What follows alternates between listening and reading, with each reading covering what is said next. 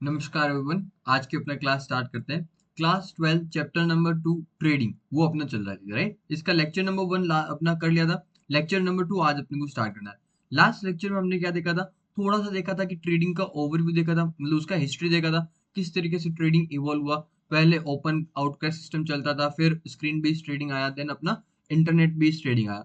अपनी बुक के अंदर मेन फोकस रहेगा जो स्क्रीन बेस्ड ट्रेडिंग था। इसके अंदर जो मेनली जो नीट सॉफ्टवेयर हुआ करता था जिसको यूज करके ट्रेडिंग करते थे ब्रोकर्स लोग, उसको थोड़ा जानना कि वो सिस्टम किस तरीके से वर्क करता था, ये अपना मेन फोकस रहेगा, राइट।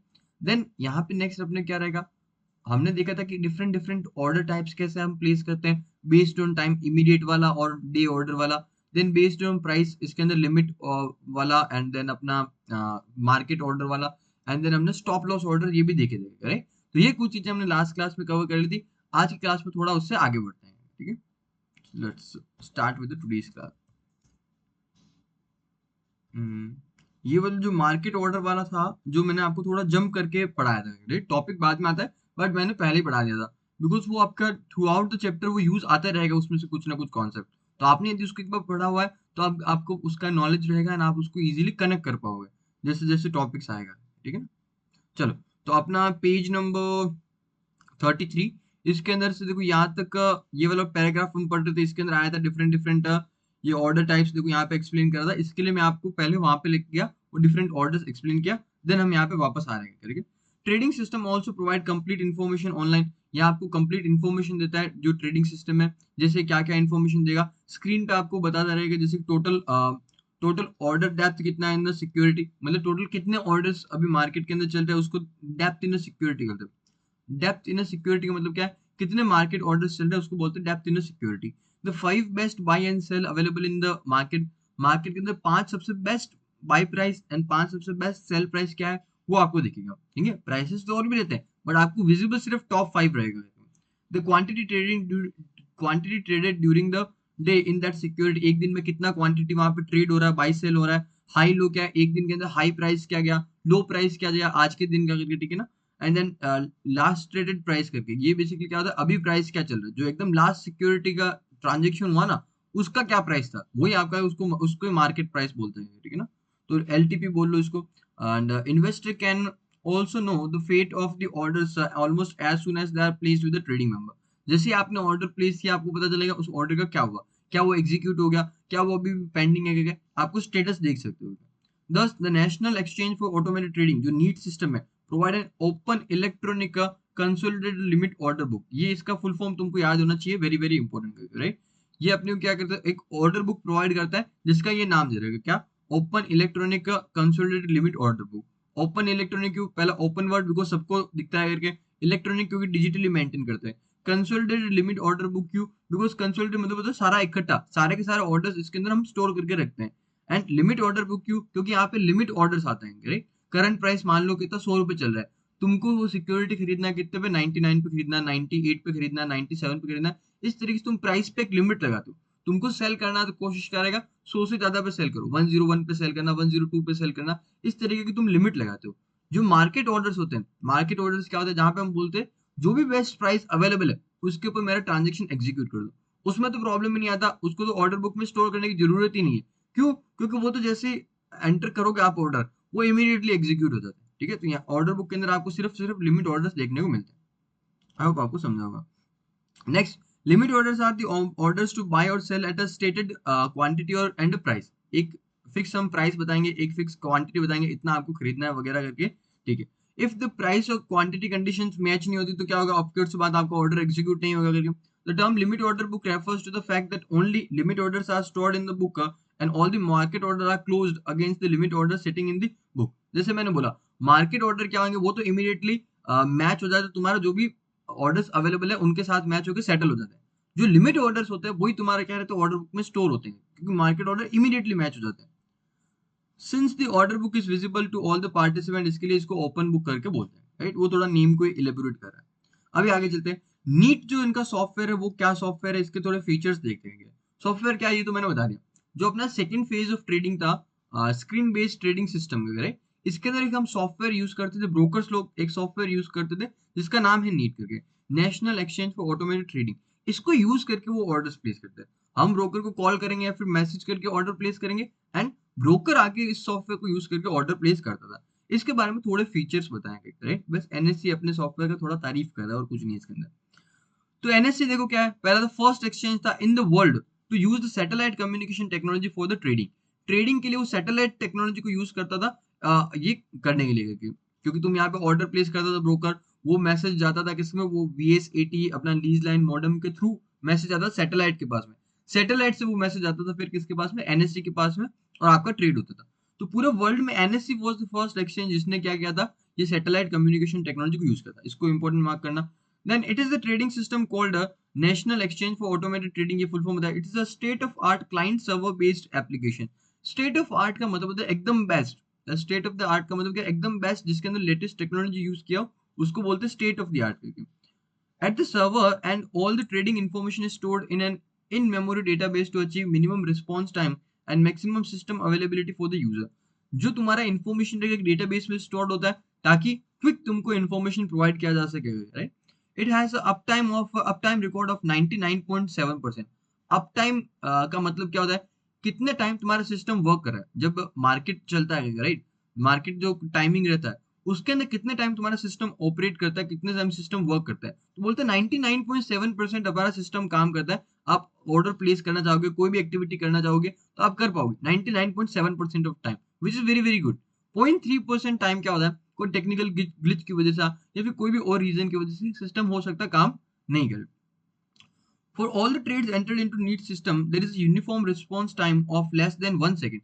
1 सेकंड से भी कम का टाइम लगता है ऑर्डर जो ट्रेड्स है उनके लिए, ठीक है ना? कितना, 1 सेकंड से भी कम का टाइम।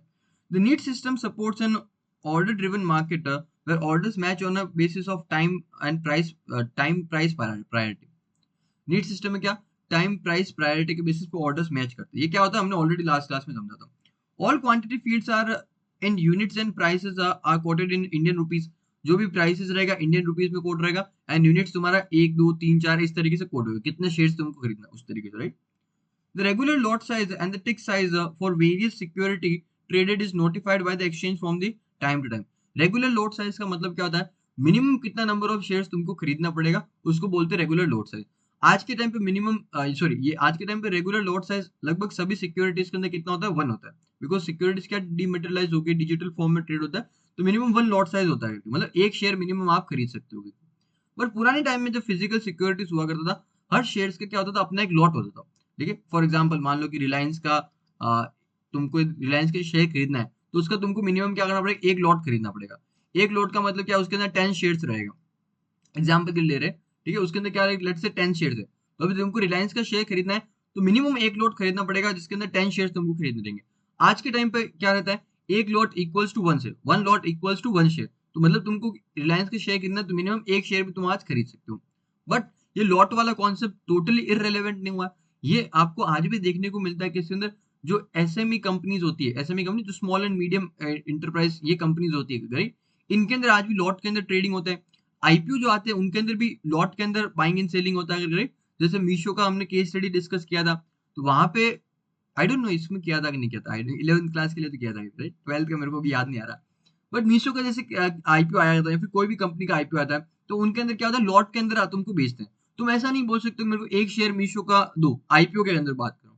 आईपीओ में तुम ऐसा नहीं बोल सकते मेरे को एक शेयर मीशो का चाहिए, नहीं, तुमको चाहिए तो मिनिमम एक लॉट लेना पड़ेगा। मीशो के केस में उस लॉट में 135 शेयर्स थे, राइट? तो इस तरीके से ये लॉट वाला कॉन्सेप्ट लिमिटेड फॉर्म के अंदर आज भी एग्जिस्ट करता है। बट रेगुलरली जो नॉर्मल सिक्योरिटीज है उनके अंदर लॉट आजकल टाइम पे क्या हो गया, एक lot equals to 1 share. Understood? चलो एक मैं तुमको बता भी देता हूँ, यहाँ पे देखो। चलो यहाँ पे दिखाता हूँ मैं करके। जैसे इन्फोसिस करके अपना ये शेयर है करके, ठीक है? इसके अंदर तुम यहाँ पे देखोगे सिक्योरिटी डिटेल्स से जाते हैं इसका। सिक्योरिटी उसका लॉट साइज कितना है, 1। जैसे मैंने बोला था लॉट साइज आज के टाइम पे कितना रहता है, 1 रहता है, ठीक है ना? और इसके अंदर कुछ बताना था क्या? नहीं, बस यही चीज है, लॉट साइज कितना रहेगा, 1 रहेगा, ठीक? बट तुम यहाँ पे ऑन द अदर हैंड ये वाला कंपनी देखो, ये जिलियो करके कंपनी है। ये क्या है, एक एसएमई कंपनी है। तो इसके अंदर तुम लॉट साइज देखो कितना है, 500। लॉट साइज देखो यहाँ पे कितना है, 500, ठीक है? तो यही चीज मैं बोला था, लॉट साइज आज के टाइम पे नॉर्मल शेयर्स के अंदर 1 lot equals to 1 share. But SME companies रहती है, small and medium enterprise company, उनके अंदर आज भी क्या होता है, लॉट के अंदर बाइंग एंड सेलिंग होता है। तो जिलियो ये कंपनी है, ये इलेक्ट्रिक स्कूटर्स वगैरह बनाती है, राइट? तो इसके अंदर लॉट साइज कितना आज भी 500 का एक लॉट साइज है, मतलब तुमको इस कंपनी का शेयर खरीदना है तो मिनिमम 500 शेयर्स खरीदना पड़ेगा। ठीक है, तो देख लो, और आज के टाइम पे इसका एक शेयर का प्राइस देख लो कितना है। अ, अभी 750 रुपए के आसपास प्राइस चल रहा है क्या? हाँ, 750 के आसपास इसका प्राइस चल रहा है। ठीक है ना, तो अभी देख लो, ये रहा लॉट साइज, तुम बता दिया। फिर ये टिक साइज क्या होता है ये भी देख लो। टिक साइज होता है कि minimum movement in a security. Tick size का मतलब क्या होता है? Minimum movement in a security. Example के लिए सपोज करो अपना रिलायंस का शेयर का प्राइस एग्जांपल लेते हैं, सपोज 1300 रुपए के आसपास चल रहा है, और इसका टिक साइज कितना है? टिक साइज कितना है? लेट्स से 1 है। टिक साइज कितना है? 1 रुपी है करके। टिक साइज क्या है? 1 रुपी है करके। इसका क्या मतलब है? इसका मतलब क्या है, राइट? रिलायंस का शेयर प्राइस जो मूव होएगा मिनिमम 1 रुपए से मूव होएगा, चाहे अपवर्ड मूवमेंट हो चाहे डाउनवर्ड मूवमेंट हो। 1 रुपए से कम तुम मूव इसको नहीं कर सकते हो। मतलब ये 1300 से बढ़ के 1301 हो सकता है, 1300 से गिर के ये 1299 हो सकता है। बट तुम चाहो कि ये इसको मैं 1300 से बढ़ के ये हो जाए, क्या क्या बोलते हैं उसको, 1300.5 हो जाए, तो ये पॉसिबल नहीं, ये पॉसिबल नहीं। यदि उसका टिक साइज क्या है? 1 है। टिक साइज का मतलब ये होता है मिनिमम उस सिक्योरिटी के वैल्यू में कितना मूवमेंट आएगा, करेक्ट? जैसे तुमने ऑक्शन वगैरह में देखता होगा कि आईपीएल यदि ऑक्शन तुम देखते हो तो उसमें क्या होता है कि एक प्लेयर होता है, उसका बेस प्राइस होता है। बेस प्राइस मान लो 2 करोड़ रुपए, उससे मतलब बॉलिंग स्टार्ट होगी, उससे बोली स्टार्ट होगा, बीटिंग स्टार्ट होगा, राइट? अब जो भी बोली करेगा ना, बोली लगाएगा, वो कैसे लगाएगा? 20,000, 20,000, 20,000। इसका मतलब क्या है? 2 करोड़ रुपए तो बेस प्राइस हो गया, उसके ऊपर वो कितना बोली लगा रहा है? 20,000 का। फिर कितना? 20,000 और बढ़ा सकते, फिर 20,000 और बढ़ा सकते हो। तुम ऐसा नहीं बोल सकते 2 करोड़ 20,000 1 रुपए, इस तरीके से नहीं कर सकते, राइट? मिनिमम मूवमेंट 20,000 का होना चाहिए ऑक्शन के केस में। यहाँ पे भी क्या होता है, सिक्योरिटीज का मिनिमम मूवमेंट होता है, जिसको बोलते हैं हम टिक साइज। अंडरस्टूड ना? चलो, ये क्लियर हो गया। नाउ अभी देखते हैं क्या different different types of market कौन कौन से अवेलेबल है। डिफरेंट डिफरेंट टाइप्स के मार्केट, अगेन ये चीज भी इंपॉर्टेंट चीज है, याद रखना। बिकॉज अपने बुक के अंदर बार बार रेफरेंस आता है different market types, market types, market type, तो तुमको पता होना चाहिए कौन कौन से मार्केट टाइप्स की बात कर रहे हैं। पहला तो क्या हो गया? नॉर्मल मार्केट, ये तो सिंपल हो गया, जो 9:15 टू अपना 3:30 चलता है। 9:15 टू क्या 3:30 ये मार्केट चलता है, जहाँ पे क्या होता है, शेयर्स का नॉर्मल बाइंग एंड सेलिंग होता है। कंटिन्यूस बेसिस पे तुम ऑर्डर प्लेस करते जाओ, उसका मैचिंग होता जाएगा, बाइंग एंड सेलिंग होता जाएगा, उसको बोलते हैं क्या? नॉर्मल मार्केट करके, राइट? एक बार देख लेते हैं। All order which are of regular lot size और multiples thereof are traded in the normal market करके, राइट? रेगुलर लॉट साइज का मतलब क्या है? आज के टाइम पे देखो, मैंने जैसे बोला बुक तुम्हारा बहुत पुराना कंटेंट फॉलो करता है।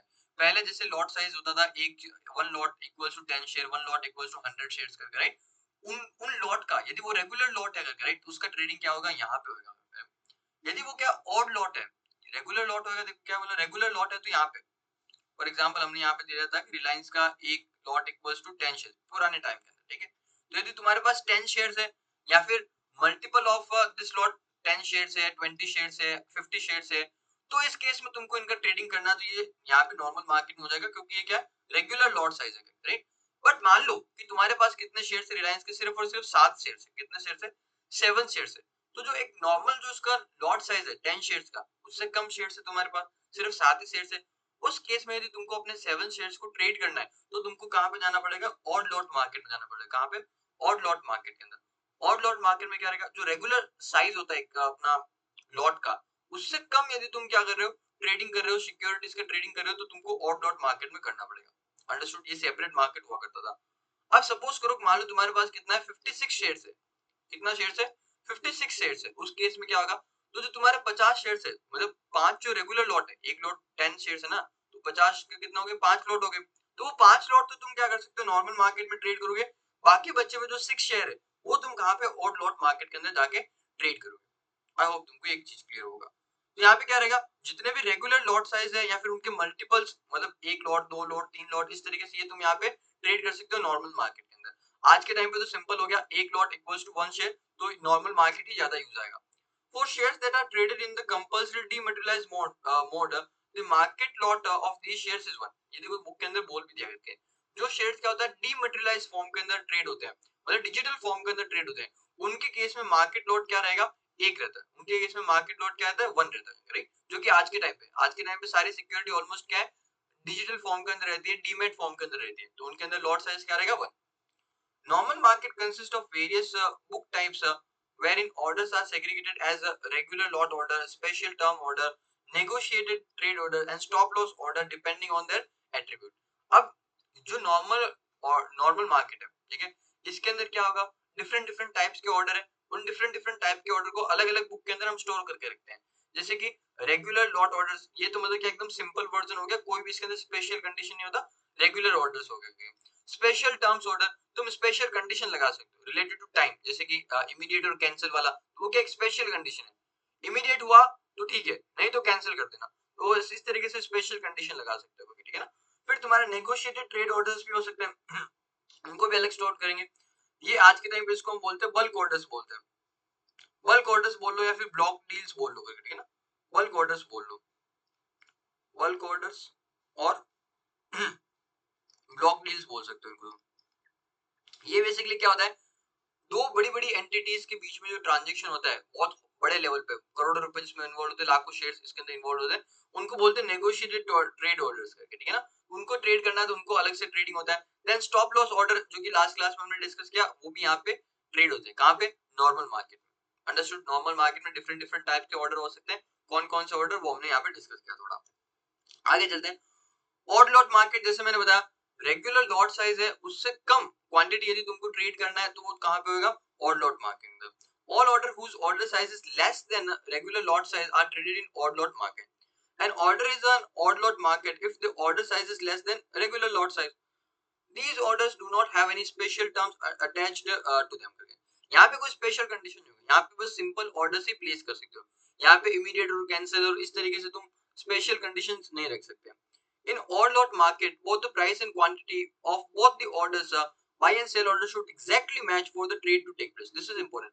Odd lot market में क्या है, तुम्हारा price and quantity exactly match होना चाहिए तो ही तुम्हारा ऑर्डर होगा.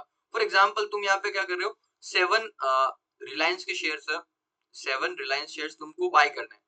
7 रिलायंस शेयर्स बाय करने हैं तुमको at a price of let's say 1395 रुपए पे, ठीक है. सो जल्दी कुछ भी प्राइस ले लो, अपने 1395 अपने प्राइस लेंगे, राइट. 7 शेयर्स तुमको रिलायंस के बाय करना है, किस प्राइस पे, 1395 की प्राइस पे करना है, राइट. ये तुमको बाय करना है. अब सामने की साइड पे यदि कोई पार्टी है जिसको 7 शेयर सेल करना है, एग्जैक्टली इसी प्राइस पे सेल करने, तो ही तुम्हारा क्या होगा, ऑर्डर मैच होगा. तुमको समझा, सामने साइड पे क्या है, एग्जैक्टली किसी पार्टी को 7 शेयर सेल करने हैं और इसी प्राइस के ऊपर सेल करने हैं, तो ही तुम्हारा ऑर्डर मैच होता. इसके लिए यहाँ पे ऑर्डर मैच होने में बहुत डिफिकल्टी आया करता था, वो इतना एग्जैक्ट मैच मिलना बड़ा मुश्किल हुआ करता था, बट स्टिल यही यहाँ पे रूल्स हुआ करते थे, ठीक है ना. Currently the odd lot market facility is used for the limited physical market as per the SEBI directive. जैसे मैंने बोला, आज के टाइम पे odd lot market बहुत ही क्या लिमिटेड फॉर्म के अंदर यूज होता है. जो यदि फिजिकल शेयर्स है उस केस में यूज हो सकता है, अपने जो एसएमई शेयर्स है उस केस में यूज हो सकता है, आईपीओ शेयर्स उसके अंदर, आईपीओ के केस में भी ये तो यूज नहीं होता, बट स्टिल कॉन्सेप्ट है आईपीओ में लॉट का, राइट. तो आज के टाइम पे जो फिजिकल मार्केट है वहां पे यूज हो सकता है, एसएमई जो अपना मार्केट वहां पे यूज हो सकता है. नेक्स्ट क्या होता है, ऑप्शन मार्केट. ये भी ध्यान से समझना करके रहे, क्योंकि ऑप्शन मार्केट बार बार अपने को देखने को मिलेगा. नेक्स्ट चैप्टर के अंदर भी तुमको ऑप्शन मार्केट का यूज आएगा, राइट. तो ऑप्शन मार्केट को अच्छे से समझना करके देखो क्या होता है कि यहाँ पे एक पार्टी है, क्या, सोनू. आई थिंक मैंने ये पहले भी एक्सप्लेन किया था, बट स्टिल एक बार वापस एक्सप्लेन कर देता हूँ. यहाँ पे एक पार्टी क्या है, सोनू. यहाँ पे क्या पार्टी क्या है, मोनू. इसने क्या किया, 100 शेयर्स परचेज किए, 100 शेयर्स परचेज किए, ठीक है. और इसके बदले में ऑफकोर्स से बात है, पैसे देगा. मोनू क्या करेगा, इसको शेयर्स देगा, सोनू इसको पैसे देगा. हुआ क्या, सोनू ने पैसे तो दे दिए, सोनू ने पैसे तो दे दिया, बट मोनू ने वो शेयर्स दिए ही नहीं, मोनू ने वो शेयर्स दिए ही नहीं. उस केस में क्या होगा, इस पार्टी को तो नुकसान हो जाएगा, सोनू को तो नुकसान हो जाएगा. तो अपना जो क्लियरिंग कोऑपरेशन है वो क्या बोलता है कि हम आपको नुकसान नहीं होने देंगे. मैंने कहा कैसे नहीं होने दोगे, तो बोलता है हम कहीं से भी ये 100 शेयर्स खरीद के लेके आएंगे और आपको 100 शेयर्स देंगे, आपको नुकसान नहीं होने देंगे. बाद में क्लियरिंग कोऑपरेशन इसके साथ डील कर लेगा, that is a different thing. But अभी अपना पॉइंट क्या है, क्लियरिंग कोऑपरेशन ने बोला कि आपको नुकसान नहीं होने देंगे, आपको घबराने की जरूरत नहीं है, आपको 100 शेयर्स मिलेंगे. तो क्लियरिंग कोऑपरेशन वो 100 शेयर्स कहां से लेके आएगा, क्लियरिंग कोऑपरेशन एक ऑक्शन मार्केट में जाएगा और वहां से 100 शेयर्स लेके आएगा, ठीक है. तो क्लियरिंग कोऑपरेशन बोल लो, या फिर वो जो क्लियरिंग कोऑपरेशन का वो मेंबर है करके, स्टॉक ब्रोकर है, उसको बोल लो करके, वो इनिशिएटर रहेगा, वो ऑप्शन मार्केट को इनिशिएट करेगा शेयर्स खरीदने के लिए. तो इनिशिएटर यहाँ पे क्या रहेगा, the party who initiate the auction process is called the initiator. जो पार्टी इनिशिएट कर रही है, कौन, अपना क्लियरिंग कोऑपरेशन, वो इनिशिएट करिए ना, तो वो क्या रहेगा, अपना इनिशिएटर रहेगा. कॉम्पिटिटर कौन रहेगा, अपना क्लियरिंग कॉर्पोरेशन उसको शेयर खरीदना है, साथ में मान लो किसी और पार्टी को भी ऑक्शन मार्केट में जाकर शेयर खरीदना है, तो वो अपना क्या रहेगा, कॉम्पिटिटर। हमको भी शेयर खरीदना है, उसको भी शेयर खरीदना है, तो वो क्या हो जाएगा, हमारे लिए कॉम्पिटिटर हो जाएगा। The party who enters the order on the same side as of the initiator. Initiator clearing corporation जिसको शेयर खरीदना था, कोई दूसरा पार्टी उसको भी शेयर खरीदना ऑक्शन मार्केट के अंदर, तो वो अपना क्या हो गया, कॉम्पिटिटर हो गया। सोलिसिटर कौन रहेगा, सामने वाला पार्टी जो अपने को शेयर्स बेचने के लिए रेडी है, हमको शेयर्स खरीदना है। अब जो सामने वाली पार्टी जो शेयर्स बेचने के लिए रेडी है, वो क्या रहेगा, solicitor. The party who enter the order on the opposite side as of the initiator. Initiator को बाय करना है, अब जो ऑपोजिट साइड में जो ऑर्डर प्लेस करेगा, जो सेल ऑर्डर प्लेस करेगा, उसको बोलते हैं हम सॉलिसिटर। आई होप तुमको ऑक्शन मार्केट क्या होता है, क्यों होता है, एंड उसके अंदर क्या पार्टीज इन्वॉल्व होती है, ये समझा होगा। ये वाला भी देख लो, क्या है अभी, ये तीन पार्टीज तुमने बोल लिया। In the auction market, auction are initiated by the exchange on behalf of the trading member for settlement or related reason. These three participant in the market. ये बोलता है कि एक्सचेंज इनिशिएट करता है, बट टेक्निकली गलत है, आपको clearing corporation initiate करता है। बट स्टिल कभी एक्सचेंज लिख देते हैं, कभी क्लियरिंग कॉर्पोरेशन लिखता है, टेक्निकली करेक्ट क्या है, क्लियरिंग कॉर्पोरेशन। तुमको याद क्या करना है इस टॉपिक के लिए, तो एक्सचेंज याद रखना, बिकॉज जो बुक में लिखा है वही तुमको फॉलो करना है। चैप्टर नंबर 3 पढ़ेंगे तो वहां पे देखना क्लियरिंग कॉर्पोरेशन लिखा रहेगा। डन ना, चलेगा। ये रहा, हमने तीनों मार्केट डिस्कस कर लिया, normal market, odd load market, auction market. Again बोलता हूँ, याद रखना, बार बार काम आएगा। नेक्स्ट अपना क्या रहता है, what are the trading system user hierarchy. Trading system में यूजर हायरार्की क्या रहता है, ये जरा समझते, इसको एक बार इस इमेज से समझते हैं, राइट। जो नीट सॉफ्टवेयर है, राइट, जिसको यूज करके ब्रोकर ट्रेडिंग करेगा, उसके अंदर क्या होता है, अलग अलग यूजर्स रहेंगे, सबका क्या होता है, अलग अलग लेवल रहता है, उन सबको अलग अलग राइट्स मिलते हैं, अलग अलग पावर्स मिलते हैं। वो क्या है, वो देखना। यहाँ पे कॉर्पोरेट मैनेजर एकदम क्या होता है, टॉप पे होता है। ये मान लो कि ये क्या है, मोतीलाल ओसवाल का हेड ऑफिस है। मोतीलाल ओसवाल क्या है, एक बहुत बड़ा स्टॉक ब्रोकर है करके, उसका मान लो हेड ऑफिस है मोतीलाल ओसवाल। ये उसका क्या हो गया, हेड ऑफिस हो गया। अब उसकी ब्रांच 1 एंड ब्रांच 2, मान लो उसकी ब्रांच 1 कहाँ पे, जोधपुर में, और दूसरा ब्रांच उसका कहाँ पे, जयपुर में। ठीक है, ये ब्रांच 1 हो गया, एक जोधपुर में ब्रांच है, एक इसका क्या ब्रांच है, जयपुर में। मतलब दो जगह उसका अलग अलग ऑफिस है, राइट। अब हर ऑफिस के अंदर उसके बहुत सारे एम्प्लॉइज रहेंगे, तो उसके अंदर क्या रहेंगे, डीलर्स रहेंगे। ये डीलर्स कौन है, ये एम्प्लॉइज है, उस ब्रांच के क्या एम्प्लॉइज है। ठीक है, ये क्या हो गया, एम्प्लॉइज हो गया ना। अभी जरा समझना, जब तुम ऑर्डर प्लेस करते हो, मैंने ब्रोकर को कॉल किया, मैं मान लो कि जयपुर में बैठा हूँ, मैंने ब्रोकर को कॉल किया, मैंने बोला मेरे लिए तुम 10 शेयर टीसीएस के परचेज कर लो। मैंने क्या बोला, 10 शेयर मेरे लिए तुम टीसीएस के परचेज कर लोगे, राइट। उस केस में मैं कॉल किसको करता हूँ, कॉल उठाएगा कौन, मेरा ये डीलर होता है, ये कॉल उठा देगी कौन, वहां का एम्प्लॉय होता है, ठीक है ना, वो कॉल उठाएगा। अब मैं कॉल करूंगा तो कोई उसका मोतीलाल ओसवाल का ओनर मोतीलाल, या फिर मोतीलाल ओसवाल, या फिर रामदेव अग्रवाल, ये कॉल थोड़ी उठाएंगे। कॉल तो उनका कोई एम्प्लॉय उठाएगा, राइट। वो कॉल उठाएगा, बोलेगा यस सर आपको 10 शेयर खरीदने हैं, मैंने कहा खरीदने हैं। तो वो अभी क्या करेगा, मेरे बिहाफ पे ऑर्डर प्लेस करता है। ये डीलर रहेगा, ये क्या करेगा, मेरे बिहाफ पे ऑर्डर प्लेस करेगा। ये कैसे ऑर्डर प्लेस करेगा, क्योंकि जो नीट सॉफ्टवेयर होता है उसका एक्सेस इसको भी दिया जाएगा, इसके लिए भी एक यूजर आईडी बनाया जाता है, इसको एक्सेस दिया जाएगा। इसके पास क्या एक्सेस रहेगा, क्लाइंट के लिए ऑर्डर प्लेस करना, ये इसके पास एक्सेस रहता है।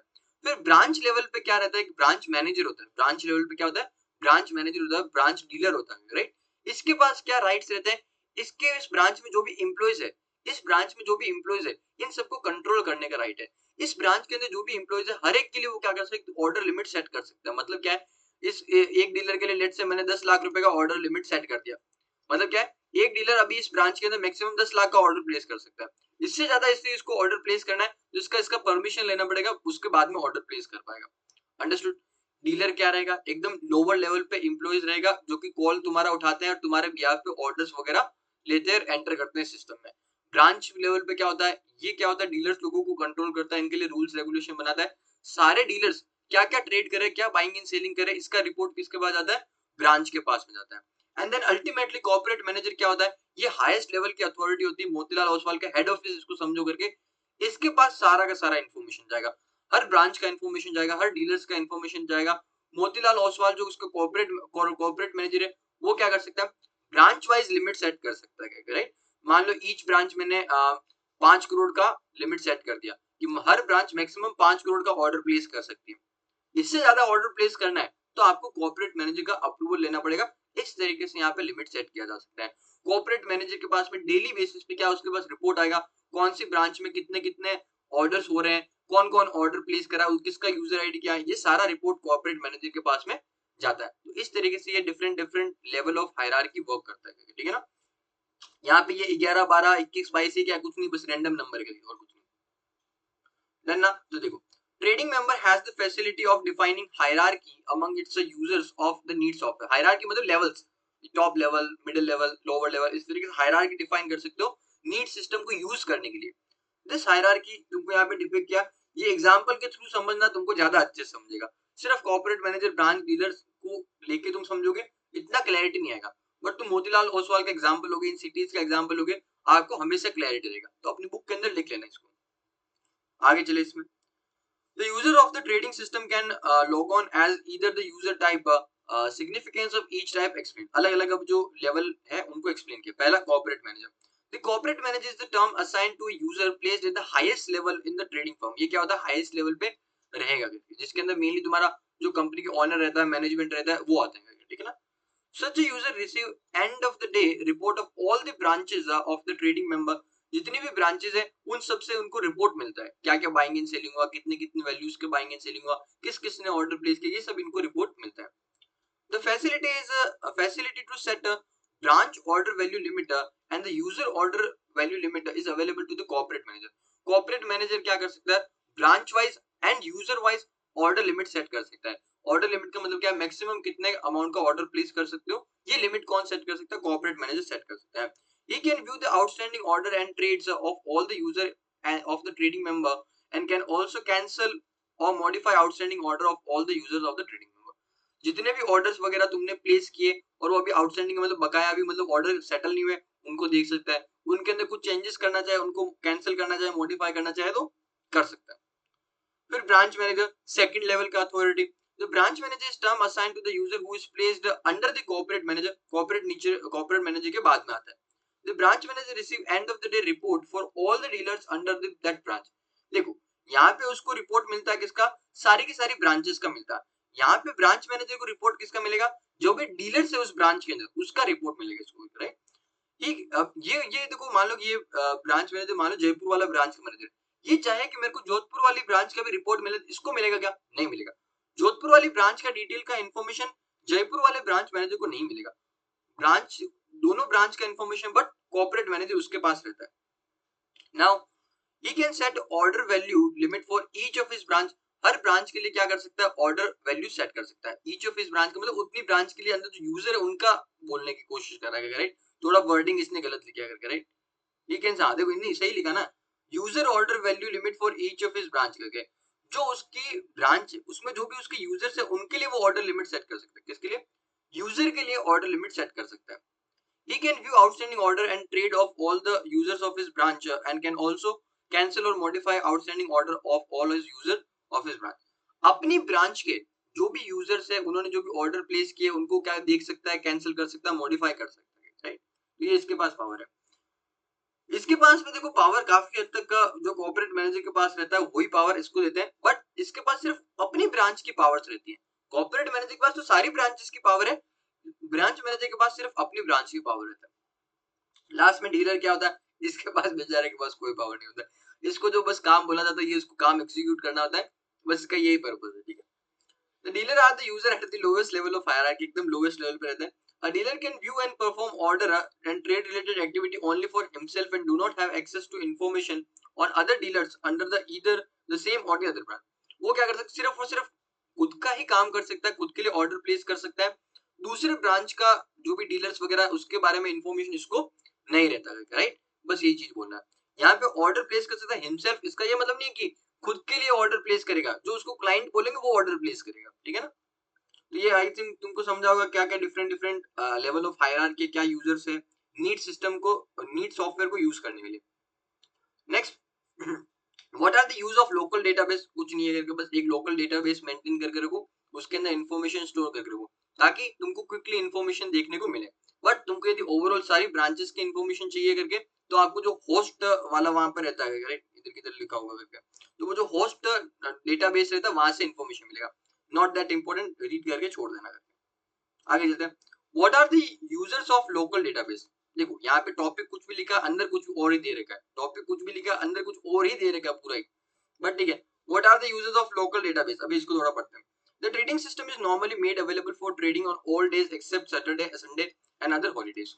मतलब कि जो ट्रेडिंग सिस्टम रहेगा, जो अपना शेयर मार्केट रहेगा, वो क्या डेली बेसिस पे काम करता है, बट सैटरडे संडे ये लोग काम नहीं करते। एंड जो अदर हॉलीडेज होते हैं उनके ऊपर भी काम नहीं करते। जैसे कि अपना 15 अगस्त हो गया, महात्मा गांधी का 2 अक्टूबर हो गया करके, राइट, गांधी जयंती को काम नहीं करते, 26 जनवरी को काम नहीं करेंगे, इस तरीके को ईद पे, दिवाली पे, इन पे भी ये काम नहीं करते, राइट। तो इस तरीके से क्या होता है, सब डेज पे काम करेंगे, बस सैटरडे संडे एंड हॉलीडेज पे ये लोग काम नहीं करते। स्टॉक मार्केट भी बंद रहता है, ये सिस्टम भी बंद रहेगा। Holidays are declared by the exchange from time to time. Exchange declare करता है किस दिन हॉलीडे रहेगा। A typical day typically consist of number of discrete stages as below. एक जो स्टॉक मार्केट के अंदर दिन रहता है, नॉर्मल वर्किंग डे, उसके अंदर अलग अलग स्टेजेस होते हैं। क्या क्या स्टेजेस है वो देखते हैं, राइट।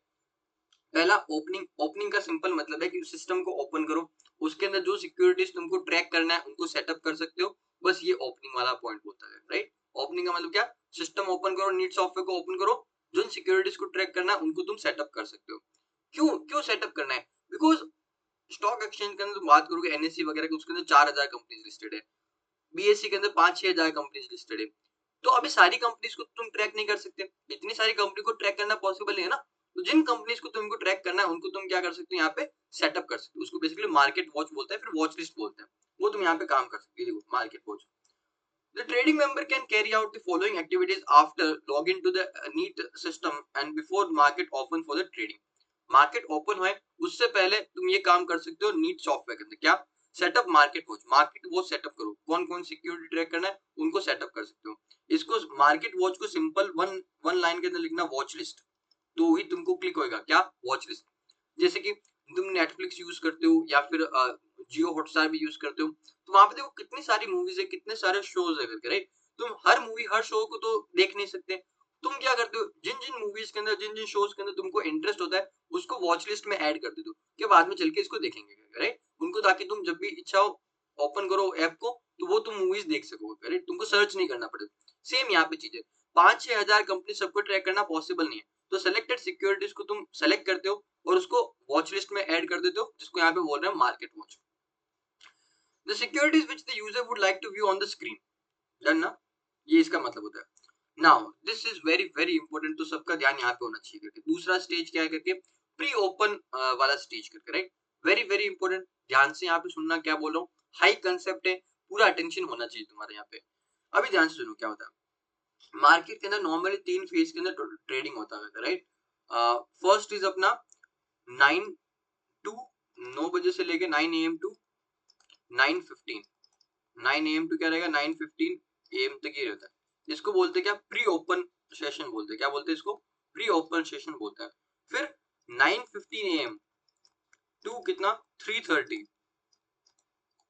ये रहता है अपना नॉर्मल सेशन, नॉर्मल सेशन करके, राइट। फिर लास्ट में 3:42, ये पीएम में हो जाएगा ना, यहाँ पे भी पीएम हो जाएगा। 3:40 PM टू 4 बजे तक का, इसको बोलते क्या, post close session, post market session, post market session. Session का आई थिंक स्पेलिंग गलत है, बट तुम देख लेना करके, डबल यहाँ पे एसएस नहीं आएगा, ठीक है। चलो, ये तीन पार्ट्स के अंदर अपने पूरा दिन देखने को मिलता है। 9 टू 9:15 क्या होता है, प्री ओपन सेशन, जो कि क्या है अभी यहाँ पे अपने को समझना है। फिर 9:15 टू 3:30 क्या होता है, नॉर्मल सेशन रहेगा। एंड देन 3:40 टू 4 PM क्या रहेगा, पोस्ट मार्केट सेशन रहेगा। तीनों सेशन के अंदर क्या होता है, वन बाय वन समझते हैं करके, राइट। पहला प्री ओपन सेशन को समझते हैं, क्यों है ये, क्या है ये, क्या इसका रीजन है, ये जरा समझते हैं किस तरीके से ऑपरेट करते हैं। सपोज करो लास्ट डे पे क्या हुआ, एक मार्केट बंद होने के बाद में 3:30 पे मार्केट क्लोज हो गया, उसके बाद में क्या एक न्यूज आया, क्या न्यूज आया कि रिलायंस का प्रॉफिट इस बार बहुत जबरदस्त है। क्या न्यूज आया, रिलायंस का प्रॉफिट इस बार बहुत ही ज्यादा जबरदस्त आया करके, एकदम जो लोगों ने एक्सपेक्ट किया था उससे भी ज्यादा प्रॉफिट हुआ करके, राइट। तो उस केस में क्या होगा, नेचुरल सी बात है कि जब आज मार्केट खुलेगा तो उसका शेयर प्राइस बढ़ेगा, उसका शेयर प्राइस क्या होगा, बढ़ेगा करके, राइट। यदि हम ये प्री ओपन वाला सेशन नहीं करके डायरेक्ट नॉर्मल मार्केट सेशन हम ओपन करते हैं तो क्या होगा, उसका शेयर प्राइस बढ़ेगा। और मार्केट का टेंडेंसी क्या होता है, मार्केट का नेचर क्या होता है, किस तरीके से मार्केट काम करता है, यदि कोई चीज बढ़ रहा है, किसी का प्राइस बढ़ रहा है तो वो कंटिन्यूअसली बढ़ता ही रहता है। किसी शेयर प्राइस गिर रहा है तो वो कंटिन्यूअसली गिरता ही रहता है। मोमेंटम बेसिस पे ट्रेडिंग होता है मार्केट में। कैसे ट्रेडिंग होता है, मोमेंटम बेसिस पे। यदि कोई चीज बढ़ रहा है तो उसका प्राइस बढ़ता जाएगा, कोई उठेगा देखेगा अरे ये क्या रिलायंस का प्राइस 2% बढ़ गया, 2.5% बढ़ गया, 3% बढ़ गया, तो वो क्या करता है इस सिचुएशन का बेनिफिट उठाने की कोशिश करता है। उसको पता भी नहीं है कि क्यों प्राइस बढ़ रहा है, बट स्टिल उसका सिचुएशन का बेनिफिट उठाने की कोशिश करेगा। कैसे? वो क्या सोचता है, चलो फटाफट से मैं बाय करता हूँ, 10-15 मिनट रुकूंगा और बाद में सेल कर दूंगा उसको हाई प्राइस के ऊपर। ये उसका थिंकिंग रहता है। उसको पता भी नहीं है शेयर प्राइस क्यों बढ़ रहा है, बट स्टिल वो क्या करना कोशिश करना चाह रहा है, बहती गंगा में हाथ धोने की कोशिश करना चाह रहा है, राइट? तो इस तरीके से शेयर मार्केट काम करता है मोमेंटम बेसिस पे। प्राइस बढ़ रहा है तो बढ़ते जाता है, गिर रहा है तो गिरते जाएगा। अब यदि प्री ओपन सेशन नहीं होता, डायरेक्ट नॉर्मल तुम सेशन स्टार्ट करते हो, तो यदि पॉजिटिव न्यूज है तो शेयर प्राइस हो सकता है सडनली कुछ मिनट्स के अंदर बहुत ज्यादा बढ़ जाए। नेगेटिव न्यूज है उस शेयर से रिलेटेड तो क्या होगा, उस शेयर का प्राइस क्या हो सकता है कुछ सेकंड्स के अंदर, कुछ मिनट्स के अंदर बहुत ज्यादा गिर जाएगा, करेक्ट? यहाँ पे ऐसा सिचुएशन क्रिएट हो जाता है कि जितना प्राइस बढ़ना चाहिए या फिर जितना प्राइस गिरना चाहिए उससे भी ज्यादा मूवमेंट आ जाता है, जो कि अपना सेबी एंड एनएससी बीएससी ये नहीं चाहते कि ऐसा होगा, राइट? बिकॉज इससे क्या होता है अल्टीमेटली नुकसान इन्वेस्टर्स के होता है। कैसे होता है? उस पर्सन का एग्जांपल ध्यान में रखो जिसने ऐसा उठ के देखा अरे रिलायंस का प्राइस तो बढ़ रहा है, 15-20 मिनट ट्रेडिंग करते हैं प्रॉफिट कमाते हैं, राइट? तो उसने शेयर प्राइस खरीद लिया, ठीक है, और वो 15-20 मिनट बेचारा वेट कर रहा है। अब 15-20 मिनट जब तक वो वेट कर रहा है तब तक क्या हुआ, जो बड़े इन्वेस्टर लोग हैं उन्होंने सेल करना स्टार्ट कर दिया। उन्होंने क्या किया, सेल करना स्टार्ट कर दिया और वो प्राइस गिर गया करके, सेल करना स्टार्ट किया और वो प्राइस गिर गया करके, राइट? तो जो ये इंसान सुबह सुबह उठा था बोला था कि बहती गंगा में हाथ धो लेंगे करके, राइट? हाथ दोनों छोड़ो, गंगा जी में हाथ धोना छोड़ो, पता चला नाले में गिर गया बेचारा। क्योंकि प्राइस बढ़ने की जगह हो सकता है गिर जाए। प्राइस बढ़ा बढ़ा बढ़ा, फिर सडनली बड़े इन्वेस्टर लोगों ने सेल करना चालू किया, तो वो क्या होगा, प्राइस क्रैश करने लग जाएगा, राइट? तो ये बेचारा छोटा इन्वेस्टर क्या हो जाएगा, यहाँ पे इस बीच में फंस जाएगा। अपना सेबी एनएससी बीएससी ये नहीं चाहता कि इस तरीके की सिचुएशन क्रिएट हो, छोटे मोटे इन्वेस्टर को नुकसान होता है, ये गारंटीड है। तो ऐसा सिचुएशन हम नहीं चाहते। तो हम क्या चाहते हैं कि मार्केट जब स्टार्ट होएगा तो किस प्राइस पर स्टार्ट होना चाहिए, एक नॉर्मल प्राइस क्या होना चाहिए कंसिडरिंग दैट न्यूज। वो न्यूज कंसिडर करने के बाद में क्या प्राइस होना चाहिए वो हम पहले ही डिसाइड कर लेंगे। पहले कैसे डिसाइड करेंगे, ये प्री ओपन सेशन में डिसाइड कर लेंगे। किसमें? प्री ओपन सेशन में डिसाइड करेंगे। कैसे डिसाइड करते हैं अभी ध्यान से सुनना। प्री ओपन सेशन में क्या टोटल 15 मिनट का टाइम है। इसमें क्या होता है फर्स्ट 7-8 मिनट्स क्या होता है, हम सिर्फ और सिर्फ ऑर्डर्स कलेक्ट करते हैं। फर्स्ट 7-8 मिनट्स हम क्या करेंगे, सिर्फ और सिर्फ ऑर्डर्स कलेक्ट करें। बताओ किस किस को खरीदना है, किस किस को बेचना है। तो सब लोग जिनको खरीदना रहेगा वो क्या करेंगे, वो बोलेंगे कि हमको देखो इस प्राइस पे इतना शेयर खरीदना है, इस प्राइस पे इतना शेयर खरीदना है, इस प्राइस पे इतना शेयर खरीदना है। जिनको बेचना रहेगा वो क्या बोलेंगे, हमको इस प्राइस पे इतना शेयर बेचना है, इस प्राइस पे इतना शेयर बेचना है, इस प्राइस पे इतना शेयर बेचना है। इस तरीके से क्या होगा, जो बायर्स रहेंगे वो अपना अपना ऑर्डर देंगे, जो सेलर्स रहेंगे वो अपना अपना ऑर्डर देंगे, करेक्ट? सबका हम ऑर्डर्स कलेक्ट करते हैं। फर्स्ट 7-8 मिनट्स हम क्या करें, सिर्फ और सिर्फ ऑर्डर्स कलेक्ट करें। यहाँ पे कोई बाइंग एंड सेलिंग करेगा नहीं। फर्स्ट 7-8 मिनट्स में सिर्फ और सिर्फ क्या करें, ऑर्डर्स कलेक्ट करें। और देखो मैंने यहाँ पे 7-8 मिनट्स क्यों बोला, बिकॉज सिस्टम क्या करता है 7 to 8 मिनट के बीच में रेंडमली कभी भी ये ऑर्डर कलेक्ट करना बंद कर देगा। रेंडमली कभी भी 7 to 8 मिनट के बीच में बंद कर देगा। हो सकता है कि 7 मिनट और 15 सेकंड पे बंद कर दे, हो सकता है 7 मिनट और 45 सेकंड पे बंद कर दे। रेंडमली कभी भी ये क्लोज कर देगा, करेक्ट? तो फर्स्ट 7-8 मिनट सिर्फ और सिर्फ हमने ऑर्डर कलेक्ट किया, different different quantity, different different price, इस तरीके से हमने ऑर्डर कलेक्ट किया। यहाँ पे देखो ये इस तरीके से कुछ अपने को ऑर्डर बुक देखने को मिलेगा। यहाँ पे अलग अलग प्राइस है, यहाँ पे कोई 100 पे, कोई 104 पे, कोई 105 पे, कोई 106 पे ऑर्डर दे रहा है। एंड ये बाई का क्वांटिटी है कि कितना बाई करना है। 100 पे इसको 13,500 बाई करना है, 104 पे उसको 9500 बाई करना है, 105 पे इतना उसको बाई करना है, एंड 100 रुपए पे इसको सेल करना है, 11,500 सेल करना है, 9500 सेल करना है। इस तरीके से बाई और सेल ऑर्डर्स तुमको मिलते हैं, वो भी एट डिफरेंट डिफरेंट प्राइस। ये हमने किया 7-8 मिनट। अब 7-8 मिनट्स कंप्लीट हो गया, उसके बाद में हम क्या करेंगे, अब हम ऑर्डर मैचिंग करेंगे। क्या करेंगे, ऑर्डर मैचिंग करेंगे, ऑर्डर को एग्जीक्यूट करेंगे। हमारा यहाँ पे कोशिश क्या रहता है, एक ऐसा प्राइस डिसाइड करना, एक ऐसा प्राइस डिसाइड करना जिसपे हम सबसे ज्यादा क्या कर सके, ऑर्डर्स को मैच कर सके। एक ऐसा प्राइस डिसाइड करना जिसके ऊपर हम सबसे ज्यादा ऑर्डर्स को मैच कर सके, एंड वो प्राइस क्या रहेगा, अपना ओपनिंग प्राइस रहने वाला। एक ऐसा प्राइस डिसाइड करना जिसके ऊपर, ध्यान से वर्ड सुनना, ना हाईएस्ट प्राइस ना लोवेस्ट प्राइस, बट एक ऐसा प्राइस डिसाइड करना जिसके ऊपर सबसे ज्यादा बाइंग एंड सेलिंग किया जा सके, जिस प्राइस को हम क्या बोलते हैं, इक्विलिब्रियम प्राइस बोलते हैं। एंड वो प्राइस क्या रहेगा, अपना ओपनिंग प्राइस रहेगा। इक्विलिब्रियम प्राइस वही प्राइस अपना क्या रहेगा, ओपनिंग प्राइस रहेगा। इक्विलिब्रियम प्राइस का अगेन रिपीट करता हूँ, वेरी वेरी इंपॉर्टेंट फीचर क्या है, ये इक्विलिब्रियम प्राइस, ओपनिंग प्राइस, ये वो प्राइस रहेगा जहां पे सबसे ज्यादा बाइंग एंड सेलिंग हो सके। हाईएस्ट प्राइस लोएस्ट प्राइस से मतलब नहीं, सबसे ज्यादा बाइंग एंड सेलिंग प्राइस वो हम आइडेंटिफाई करने की कोशिश करते हैं, राइट? तो प्री ओपन सेशन हुआ, इस तरीके के तुमको यहाँ पे ऑर्डर बुक देखने को मिलेगा। अलग अलग प्राइस पे अलग अलग बाई और सेल क्वांटिटी तुमको देखने को मिले, ठीक है। अब किस तरीके से काम करता है सिस्टम ये जरा समझना, बट उससे पहले एक यहाँ पे करेक्शन कर लेना, यहाँ पे 9500 दे रहेगा ना, एक्चुअली 9800 है, ये प्रिंटिंग मिस्टेक है, राइट। इसको 9800 कर लेना, तुमको समझा मैंने क्या बोला, ये 9500 दे रहेगा, इसको काट के 9800 कर लेना, ये प्रिंटिंग मिस्टेक है, इतना करेक्शन तुमको करना पड़ेगा, उसके बाद तुमको ये टेबल समझ में आएगा। तो ऑर्डर बुक देखो, अलग अलग प्राइस पे अलग अलग बाई और सेल क्वांटिटी, इसमें से कोई एक हम लेवल पकड़ते हैं और उसको समझने की कोशिश करते हैं, करेक्ट। 105 वाला हम लेके इसको समझते हैं। पहले इससे पहले ये बाकी जो मैंने लिखा था लास्ट क्लास में, इसको इरेज कर देता हूँ, राइट। ये best buy price best sell price मैंने तुमको समझाया था, यहाँ का एग्जांपल लेके, ठीक है। चलो अभी यहाँ पे कंटिन्यू करते हैं, 105 वाला ये वाला एक प्राइस लेवल को पकड़ते हैं और इसके ऊपर समझने की कोशिश करते हैं। 105 ये जो शेयर प्राइस है, इसके ऊपर टोटल कितना 12,000 लोग 12,000 शेयर्स लोग खरीदने के लिए रेडी है। इस प्राइस पे 105 की प्राइस पे कितना 12,000 लोग शेयर खरीदने के लिए रेडी है, 12,000 शेयर्स बिकने के लिए रेडी है। और इस प्राइस पे कितने शेयर्स बेचने के लिए लोग रेडी है 15,000। तुमको समझा क्या बोला मैंने, 105 रुपए की प्राइस पे 12,000 शेयर्स खरीदने के लिए लोग रेडी है, एंड 105 रुपए की प्राइस पे 15,000 शेयर्स लोग बेचने के लिए रेडी है। तो ये क्या हो गया, ऑर्डर बुक में बाई हो गया, ये सेल साइड हो गया, राइट।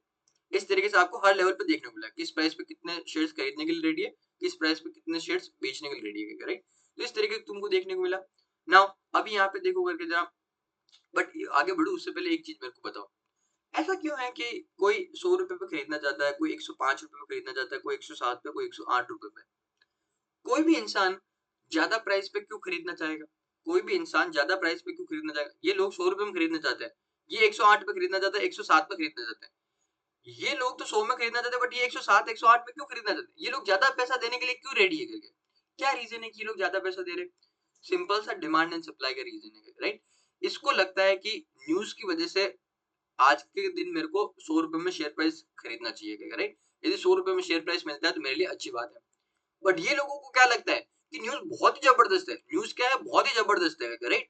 हम तो ज्यादा प्राइस देके भी खरीदने के लिए शेयर रेडी है, हम तो ज्यादा प्राइस देके भी शेयर को खरीदने के लिए रेडी है, क्योंकि इनको ऐसा लग रहा है कि शेयर प्राइस क्या बहुत ज्यादा बढ़ेगा, इनको ऐसा क्या लग रहा है शेयर का प्राइस बहुत ज्यादा बढ़ेगा।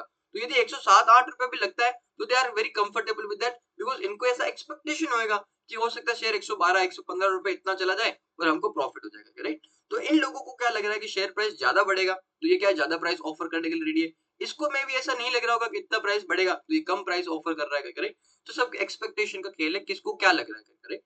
तो इसके लिए 100 रुपए पे खरीदने के लिए रेडी है, ये 105 पे, ये 106 पे, 108 पे, इस तरीके से अलग अलग प्राइस पे लोग खरीदने के लिए रेडी है। किसका क्या ओपिनियन है, किसका क्या एक्सपेक्टेशन है, उसके ऊपर ही खरीदने के चाहते हैं, राइट। जिस इंसान को लग रहा है कि शेयर प्राइस बहुत ही ज्यादा बढ़ने वाला है, करेक्ट, जो 108 वाला केस लेते हैं, जिसको लग रहा है बहुत ज्यादा प्राइस बढ़ने वाला, ये क्या सोचेगा कि यार यदि मैंने 100 रुपए पे ऑर्डर प्लेस किया ना, यदि मैंने 100 रुपए पे ऑर्डर प्लेस किया, 100 रुपए पे ऑर्डर प्लेस तो ये भी कर सकता है, बट इसको ऐसा लगता है 100 रुपए पे ऑर्डर प्लेस किया तो मेरे को शेयर्स मिलेगा ही नहीं, मेरे को शेयर्स मिलेगा ही नहीं। शेयर्स किसको मिलेगा, जो ऑफ कोर्स से बात है ज्यादा प्राइस देगा उसको पहले शेयर्स मिलेगा, जो ज्यादा प्राइस देगा उसको पहले शेयर्स मिलेगा। इसके लिए ये क्या करता है, 100 रुपए पे ऑर्डर प्लेस नहीं करके 108 रुपए पे ऑर्डर प्लेस करता है, क्यों, क्योंकि ये चाहता है कि सबसे पहले शेयर्स मेरे को मिले, सबसे पहले शेयर्स मेरे को मिले। इसके लिए ये क्या करता है, ज्यादा प्राइस पे शेयर खरीदने के लिए रेडी है। सेम उल्टा लॉजिक तुम सेल साइड के लिए अप्लाई कर सकते हो। जब कोई इंसान 108 रुपए पे ये सेल करना चाह रहा है, 107 रुपए पे सेल करना चाह रहा है, तो यहाँ पे कोई 100 रुपए पे क्यों सेल कर रहा है, 104 रुपए पे क्यों सेल कर रहा है, क्योंकि जो सेल करना चाहेगा उसका तो ये टारगेट रहना चाहिए कि ज्यादा से ज्यादा प्राइस पे सेल करूं, बट यहाँ पे सस्ते में क्यों सेल कर रहे हैं।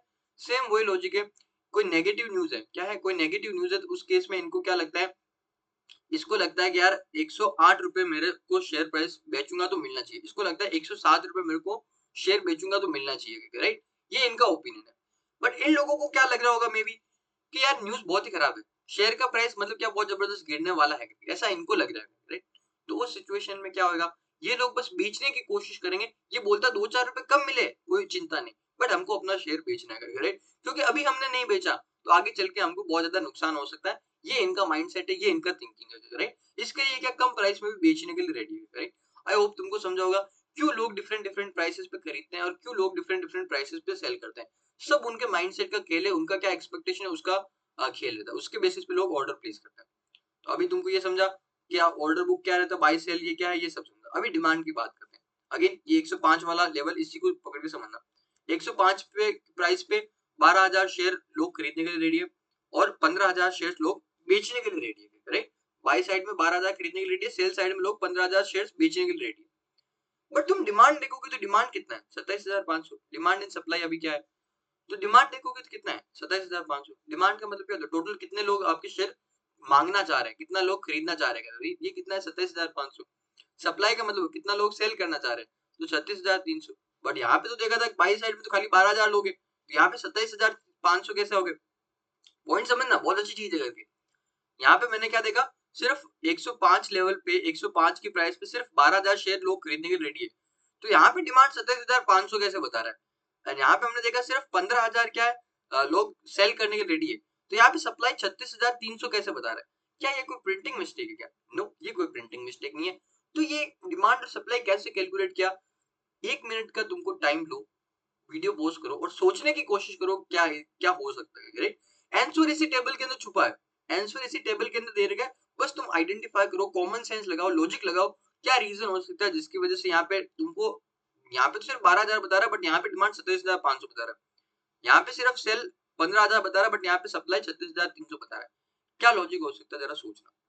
आई होप तुमने पॉज करके सोचा होगा। अभी मैं एक्सप्लेन करता हूँ क्या इसका रीजन है। देखो, एक बात बताओ कि जो इंसान, एक बात बताओ मेरे को, जो इंसान पहले खरीदने वाले की बात करते हैं, जो इंसान क्या करने वाला था, जस्ट एक सेकंड ना, एक सेकंड, एक सेकंड, एक second. Yes, sorry for the interruption, कोई नॉक कर रहा था तो उसको अटेंड करना पड़ता है। चलो यहाँ से अपना कंटिन्यू करते हैं वापस।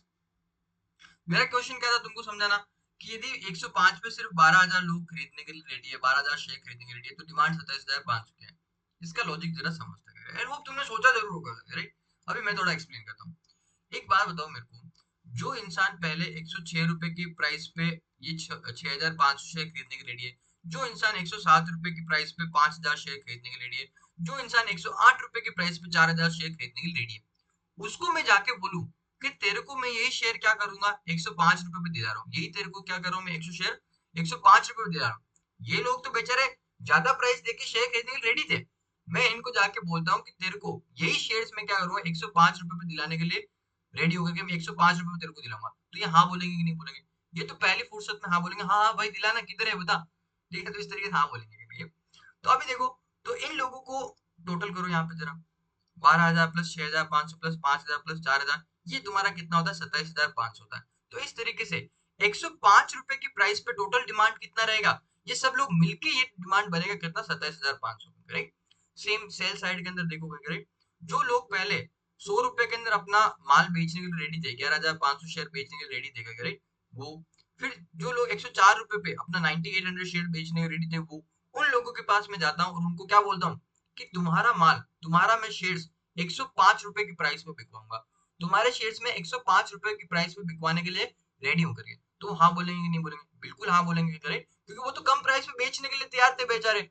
मैं उनको बोल रहा हूँ कि 105 रुपए में तुमको ज्यादा प्राइस पे शेयर बिचवाने में तुम्हारी हेल्प करूंगा, तो वो क्या करेंगे? हाँ बोलेंगे, राइट? तो सप्लाई साइड में क्या होगा, इस ये लोग भी आ जाएंगे, राइट? 105 की जब बात करूंगा तो देखो डिमांड एंड सप्लाई में क्या हो जाएगा, ये लोग भी आ जाएंगे और सप्लाई के अंदर ये लोग आ जाएंगे। डिमांड में ये सारे लोग आएंगे, सप्लाई में ये सारे लोग आएंगे, तो इनका टोटल कर लो, तुम्हारा आएगा 36,300, राइट? इस तरीके से डिमांड और सप्लाई कैलकुलेट होता है ना। अभी अपने को क्या देखना है, मैक्सिमम ट्रेडेबल क्वांटिटी। इसका मतलब क्या है, इस प्राइस लेवल पे ज्यादा से ज्यादा ट्रेडिंग कितना हो सकता है, इस प्राइस पे क्या हो सकता है, ज्यादा से ज्यादा ट्रेडिंग कितना हो सकता है। देखो, डिमांड कितना है? 27,500, सप्लाई कितना है? 36,300। ज्यादा से ज्यादा यहाँ पे ट्रेडिंग हो सकता है कितना? 27,500 का। ज्यादा से ज्यादा ट्रेडिंग कितना हो सकता है यहाँ पे? 27,500 का।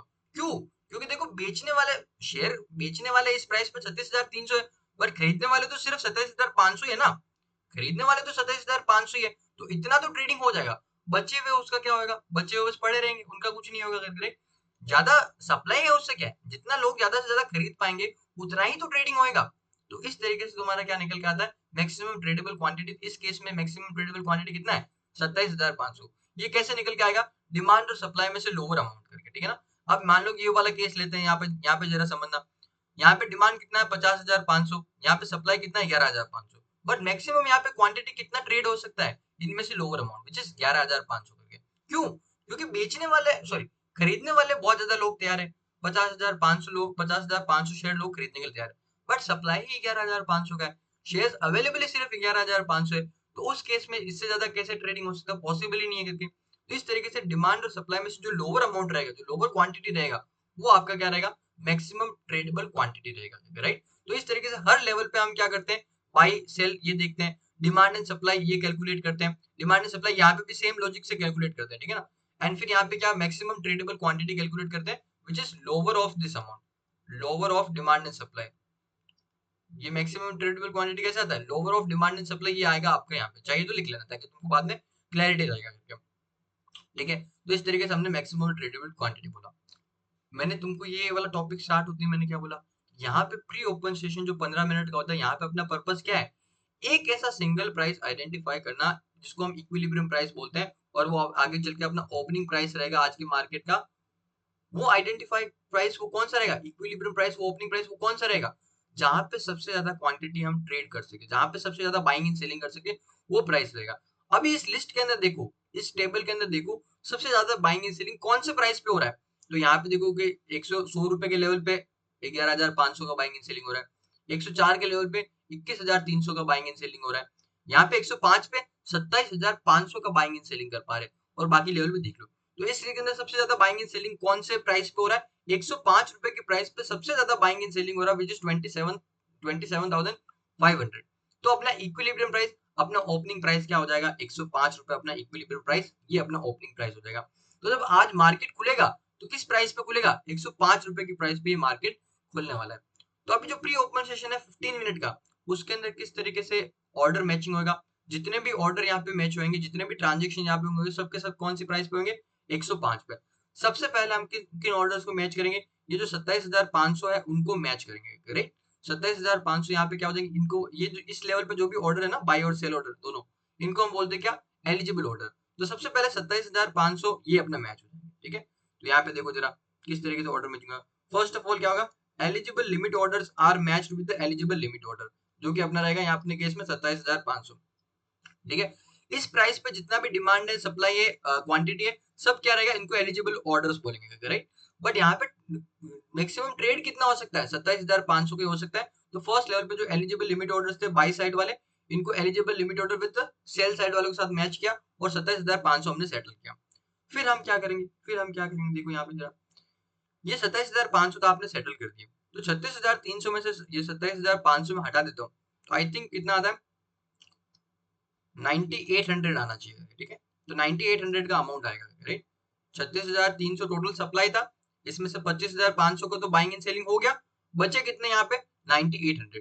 तो जो 9800 यहाँ पे क्या मेरे सप्लाई साइड में बचे, इनका क्या होगा, ठीक है, इनका क्या होगा, इनका हम मैच करेंगे किसके साथ में, मार्केट ऑर्डर के साथ में, किसके साथ में, मार्केट ऑर्डर के साथ में। ये 9800 बचे, ये क्या है, ये है एलिजिबल लिमिट ऑर्डर्स, ये क्या है, एलिजिबल लिमिट ऑर्डर्स करके, इनको किसके साथ मैच करेंगे, मार्केट ऑर्डर के साथ में, राइट। मार्केट ऑर्डर्स क्या होते हैं, ये वो ऑर्डर्स होते हैं जहाँ पे जो बंदा ऑर्डर प्लेस कर रहा है वो बोलता है कोई भी प्राइस पे ट्रांजेक्शन एग्जीक्यूट कर दो, कोई भी प्राइस पे ट्रांजेक्शन एग्जीक्यूट कर दो। तो जो 9800 यहाँ पे सप्लाई बची है, 9800 जो सेल ऑर्डर बचे, इनको हम किसके साथ मैच करेंगे, 9800 जो मार्केट बाय ऑर्डर्स है, 9800 जो मार्केट बाय ऑर्डर्स है, जिन लोगों ने बोला कोई भी प्राइस के ऊपर तुम मेरे को दे दो, मेरे को तो बस शेयर चाहिए, उनके साथ में मैच करेंगे। तो यहाँ पे जो ट्रांजेक्शन होगा कौन सी प्राइस पे होगा, 105 रुपए पे होगा। सारे ट्रांजेक्शन यहाँ पे क्या होंगे, 105 रुपए के प्राइस पे ही होंगे। ये ट्रांजेक्शन क्या होगा, 105 रुपए के प्राइस पे होगा। तो यहाँ पे देखो क्या बोला हमने, रेजिडुअल एलिजिबल लिमिट ऑर्डर्स कितने, 9800 जो बचे हुए ऑर्डर्स है करके, उनको किसके साथ मैच करेंगे, match with market orders. Market orders क्या होता है, जहाँ पे बोलता है कोई भी प्राइस पे ऑर्डर मेरा तुम सेटल करो, मैं तो रेडी हूँ, ठीक है। तो यहाँ पे 9800 हमने क्या कर दिए, ये सेटल कर दिए। तो 27,000 पहले सेटल कर दिए, 9800 उसके बाद में सेटल कर दिए, तो ये भी खत्म, ये भी खत्म कर दिया, ठीक है ना। ना अब एक बात बताओ, हो सकता है कि मार्केट ऑर्डर्स कुछ और भी एक्स्ट्रा होकर के, राइट। जरूरी थोड़ी है कि सिर्फ 9800 मार्केट ऑर्डर्स हो, मार्केट ऑर्डर हो सकता है और भी ज्यादा हो करके।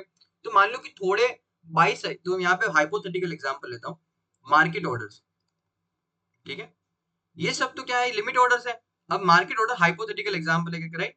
सपोज करो टोटल यहाँ पे अपने कितने हैं, 20,000 है, और यहाँ पे कितना है, 10,000 है। नाउ अभी मेरे को बताओ जरा, अभी 9800 जो सेल लिमिट ऑर्डर से, इनको तो हमने सेटल कर दिया किसके साथ में, जो ये बाय ऑर्डर्स थे, मार्केट बाय ऑर्डर्स, इसके साथ सेटल कर दिया। जो 9800 जो एलिजिबल लिमिट ऑर्डर्स थे, इनको हमने बाय ऑर्डर्स के साथ सेटल कर दिया। तो यहाँ पे से 9800 हटा देता हूँ, ठीक है। उसके बाद में कितना बचता है अपना, 11200 बचता है, 11200 बचता है। तो अभी अपने कितने बचे, 11200 बाय मार्केट ऑर्डर्स बचे, एंड 10000 अपने क्या बचा, सेल मार्केट ऑर्डर्स बचेगा, ठीक है ना।